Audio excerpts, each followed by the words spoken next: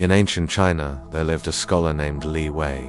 He was admired for his poetry and wisdom, yet his heart was restless. Despite all his studies, he could not master happiness. One night, sitting by the river, he whispered to himself, "I have mastered books, yet not my own heart." An old monk happened to pass by with a bamboo staff and a quiet smile. He asked, "Why do you look so troubled?" Li Wei sighed, "I long for happiness, but it always escapes me."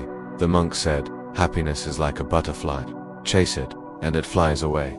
Sit still, and it may rest upon you." Curious, Li Wei followed the monk up the mountain to his simple hut, where peace seemed to live.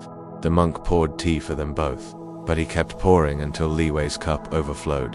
"Master, you waste the tea," Li Wei exclaimed. The monk smiled gently. "And you waste your mind. It is too full of ambition and desire.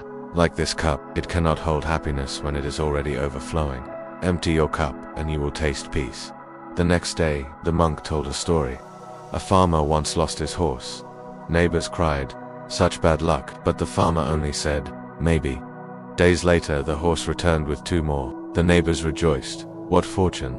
The farmer again said, "Maybe." Soon after, the farmer's son broke his leg trying to ride one. The neighbors wailed, "Such misfortune." The farmer replied, "Maybe." Weeks later, soldiers came to take every young man to war, but the son, with his broken leg, was spared. The neighbors cried, "Such good fortune." Still the farmer only said, "Maybe." The monk looked at Li Wei and said, "Happiness is not in fortune or misfortune, but in accepting life as it flows." On the 3rd day, the monk led Li Wei to a grove of bamboo swaying in the wind. "What do you see?" he asked. Li Wei replied, "The bamboo bends but does not break." The monk nodded. "That is the secret of happiness. Be strong yet flexible, rooted yet yielding. When storms come, bend. When the sun shines, grow. Do not resist life, and it will not break you."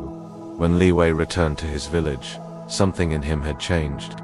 He still lived simply, still taught children, still wrote poetry, yet people noticed he laughed more easily, worried less, and seemed content even in silence.